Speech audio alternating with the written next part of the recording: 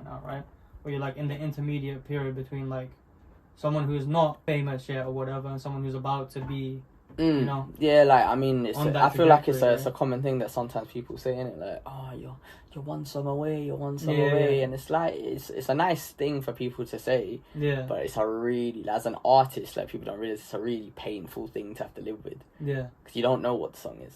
You're just gonna keep grinding out one song, and it's like one song. Okay, maybe it's the next one. All right, no, maybe it's the next one. All right, doesn't matter. Keep grinding. Maybe it's the next one. Like, how many times do you do that before your mental starts to question yourself? Like, is it gonna be the next one?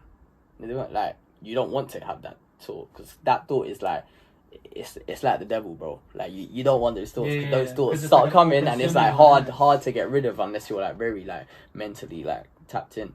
Yeah, and I guess you kind of need those like kind of moments in your life anyways where you have to be stoic. Like I love using that like stoic switch in my brain sometimes, because obviously like, you know, when you go through like this toxic shit, or when you go through like a time where you're not feeling stability, let's say like I lost a job in it and lockdown and stuff like that, so like that was kind of like a trying time for my mental, because it's like I'm doing all of this other shit that's not making me bread, right? And that's like, do I even carry it on because I've lost the thing that's feeding into it? You know, so yeah, that was kind of like a fucked up situation for me, and I guess like you were feeling kind of the same sort of sentiments. You know? Yeah, no, I understand.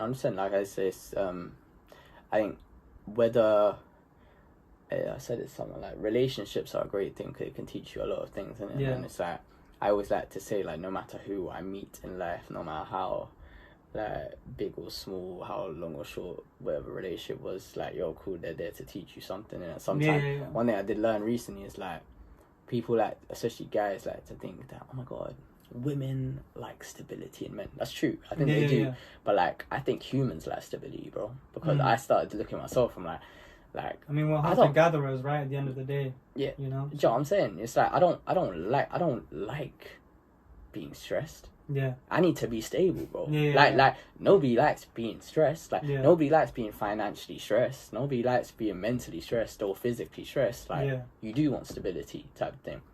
I think a little bit of stress is always good. Like me, I've always worked under stress and worked under pressure.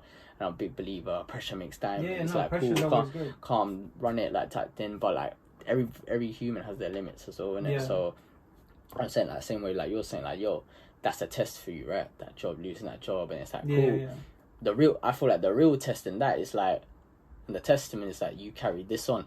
You know what I'm saying? Because there's a lot of people that I meet, and that's what I said one time in a podcast. I was like, a lot of people talk about, oh, would you die for it though? Like, would you die for this?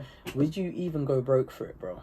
A lot of people wouldn't even go broke for it. Yeah. At that point, why the fuck are you talking about would you die for it? That's just palaver, bro. You can't even go broke for it. Do you know how many? But that's the thing. Like, people have to exaggerate the sentiments. Do you know how many people, like, for example, like, do you know how many people in lockdown we saw start up ventures that, like, as soon as everything opened up again, and then it just went off.